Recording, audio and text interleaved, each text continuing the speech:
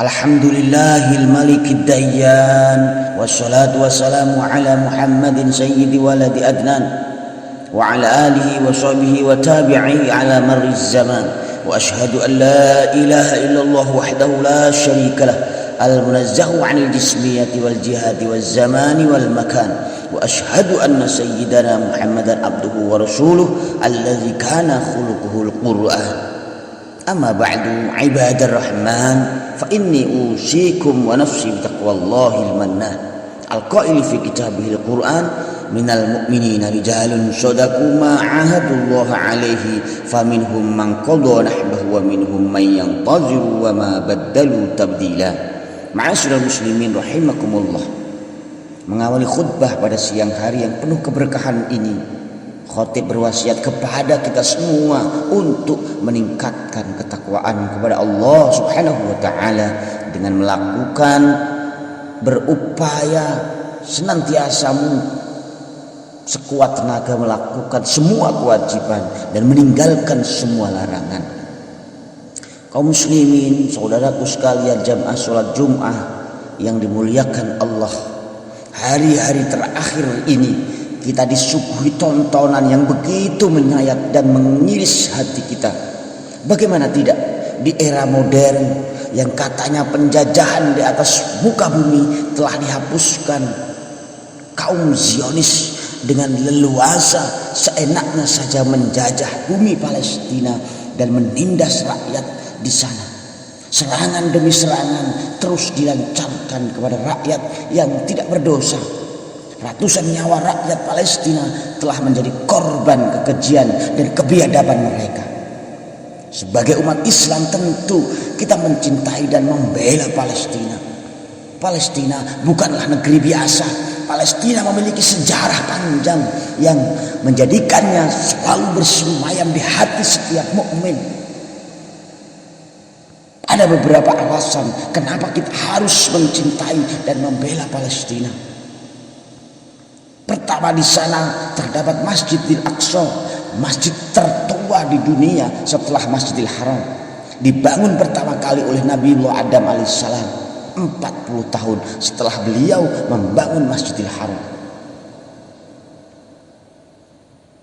Selain itu, Masjidil Aqsa yang berada di kota Baitul Maqdis, Palestina pernah menjadi kiblat sholat selama 17 bulan setelah Rasulullah SAW berhijrah dari Makkah ke Madinah.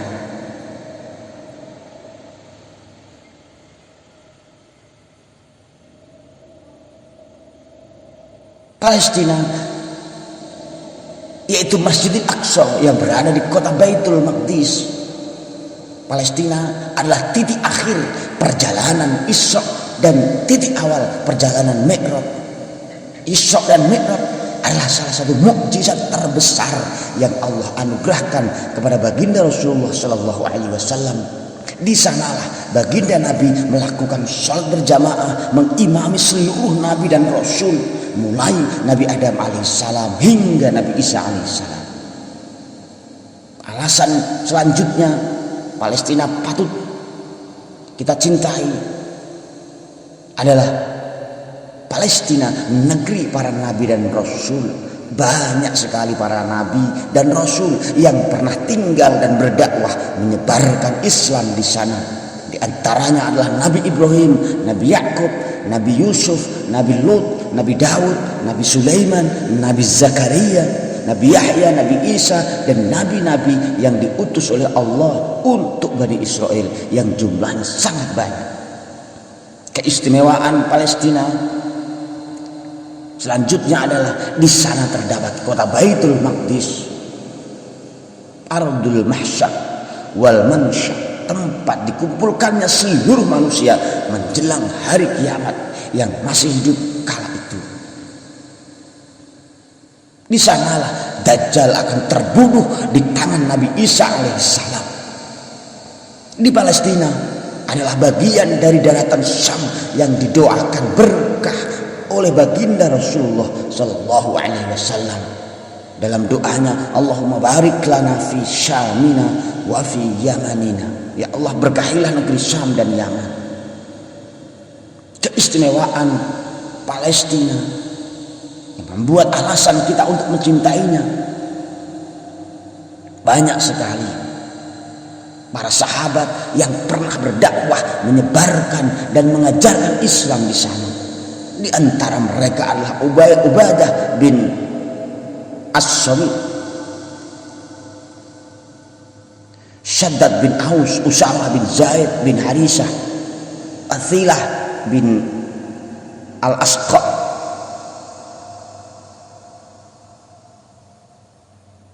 dan masih banyak lagi yang lainnya. Alasan ke-9 kenapa kita mencintai Palestina. Palestina telah melahirkan ribuan ulama dan tokoh-tokoh Islam terkemuka yang berkhidmah untuk Islam. Tercatat para ulama yang lahir atau pernah tinggal di Palestina adalah Imam Malik bin Dinar, Imam Sufyan As-Sauri, Imam Ibnu Syihab Az-Zuhri, Imam Asy-Syafi'i, dan masih banyak lagi yang lainnya. Ma'asyiral muslimin rahimakumullah. Oleh karena itulah Sultan Mahmud Nuruddin Zanki pernah mengucapkan sebuah perkataan yang fenomenal. Aku malu kepada Allah untuk tersenyum sedangkan Baitul Maqdis masih terjajah. Sultan Abdul Hamid yang kedua pernah mengatakan, saya tidak akan menjual sejengkal tanah pun dari bumi Palestina.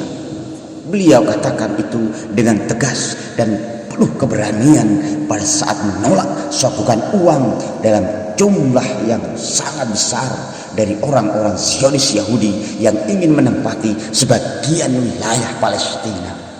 Kaum muslimin saudaraku sekalian yang dirahmati Allah, tidak kalah fenomenal adalah Sultan Salahuddin Al-Ayyubi, didorong oleh kecintaannya yang mendalam pada bumi Palestina. Pada tanggal 27 Rajab 583 Hijriah beliau berhasil membebaskan Baitul Maqdis Palestina.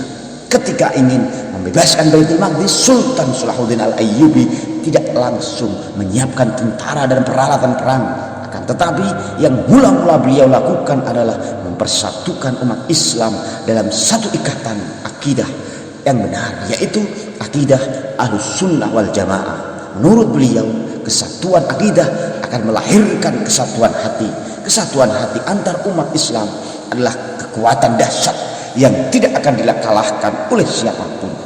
Salah satu upaya untuk mewujudkan hal itu, beliau memerintahkan setiap juru azan di semua wilayah yang beliau kuasai untuk mengumandangkan akidah Asy'ariyah setiap hari sesaat sebelum azan subuh. Kaum muslimin jamaah sholat Jum'ah, saudaraku sekalian yang dirahmati Allah, Sultan Salahuddin Al-Ayyubi adalah penganut mazhab Syafi'i dalam fikih dan pengikut mazhab Asy'ari dalam akidah. Sang sultan memiliki perhatian yang sangat besar dalam penyebaran akidah Asy'ariyah. Beliau adalah seorang sultan yang hafal Al-Quran, hafal kitab At-Tambih, sebuah kitab yang menjelaskan tentang fikih mazhab Syafi'i, dan hafal kitab Al-Hamasah, sebuah kitab himpunan bait-bait syair Sultan Salahuddin. Sebagaimana dijelaskan Imam As-Suyuti dalam Al-Wasail fi Musammanatil Awail, adalah seorang yang memegang teguh ajaran agama, warok, pejuang, mujahid, dan seorang yang bertakwa. Melihat perhatian khusus Sultan Salahuddin terhadap penyebaran akidah Asy'ariyah, Syekh Muhammad bin Hibatillah Al-Barmaki lalu menyusun kitab yang berisi bait-bait nazom dengan ilmu akidah Ahlussunnah wal Jamaah yang ia beri judul Hada'iq Al-Usul wal Jawahir Al-Usul. Kitab itu lalu dihadiahkan oleh pengarangnya kepada Sultan Salahuddin Al-Ayyubi. Salahuddin lantas memerintahkan kepada semua madrasah untuk mengajarkan kitab tersebut. Sebab itu kitab itu sebutan Al-Aqidah As-Salahiyah.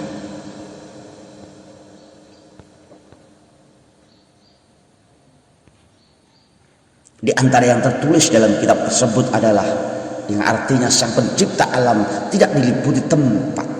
Allah maha suci dari penyerupaan terhadap makhluk. Allah ada sebelum adanya tempat, dan dia sekarang tetap seperti sedia kala ada tanpa tempat. Maha suci Allah dari tempat, dan dia maha suci dari peredaran massa.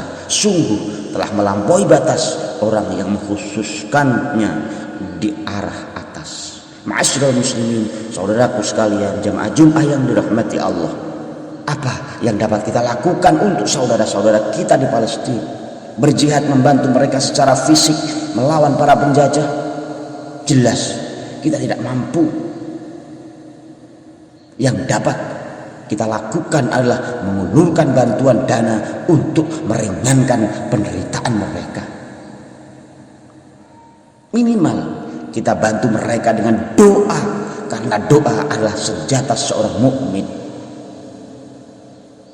Karena bertempur dengan tenaga secara langsung kita tidak punya keahlian, bahkan untuk mengokang senjata api saja kita tidak mampu. Kita bantu doa semaksimal mungkin setiap setelah sholat, sebelum sholat, di antara azan, kumandangkan doa untuk Palestina agar semoga Palestina selalu mendapatkan perlindungan dari Allah Subhanahu wa ta'ala, karena tidak ada yang mampu mengalahkan Allah Subhanahu wa ta'ala. Sebagaimanapun canggih alat tempur Israel, maka tak akan mampu mengalahkan kekuasaan Allah, kehebatan Allah, kekuatan Allah Subhanahu wa ta'ala. Demikianlah khutbah singkat pada siang hari ini yang penuh keberkahan. Semoga bermanfaat dan membawa berkah bagi kita semua. Amin, amin, amin ya rabbal alamin. Aqulu qouli hadza wa astaghfirullah li wa lakum fa astaghfiruhu innahu huwal ghafurur rahim.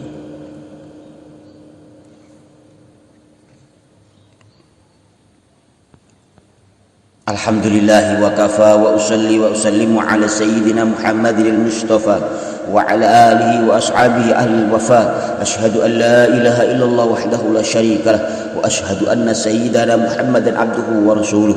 Amma ba'du, fa ya ayyuhal muslimun, usikum wa nafsi bitaqwallahil aliyyil azim wa alamu anna Allah amarakum bi amrin azim, amarakum bis salati wassalam ala nabiyyil karim. Faqala inna Allah wa malaikatahu yusalluna 'alan nabi ya ayyuhallazina amanu sallu 'alaihi wa sallimu taslima.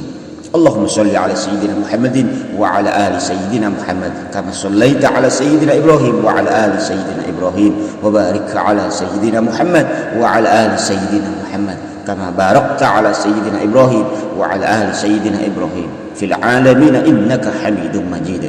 Allahumma ighfir lil muslimina wal muslimat wal mu'minina wal mu'minat al ahya'i minhum wal amwat. Allahumma adfa' 'anal bala wal ghula wal waba wal fakhsha wal munkar wal baghi wasyuyuf al mukhtalifata wasyada'id wal mihan ma zuhara minha wa ma batan min baladina hadha khassa wa min buldanil muslimin 'amma innaka 'ala kulli syai'in qadir. Allahumma ansur man nasruddin wansur man nasruddin. Allahumma ansur man nasruddin. Allahumma ansur Palestin. Allahumma ansur ikhwanana al-muslimina fi Palestin. Allahumma ansur ikhwanana fi Palestin. Allahumma ansur ikhwanana fi Palestin. Allahumma ya Allah ansur ikhwanana fi Palestin. Ya Allah, ya Allah, ya Allah, ya Rahman, ya Rahim. Ibadallah, innallaha ya'muru bil 'adli wal ihsan wa ita'i dzil qurba wa yanha 'anil fahsya'i wal munkari wal baghi ya'izukum la'allakum tadhakkarun. Fadhkurullahal 'azim yazkurkum washkuruhu 'ala ni'amihi yazidkum wa la dzikrullahi akbar.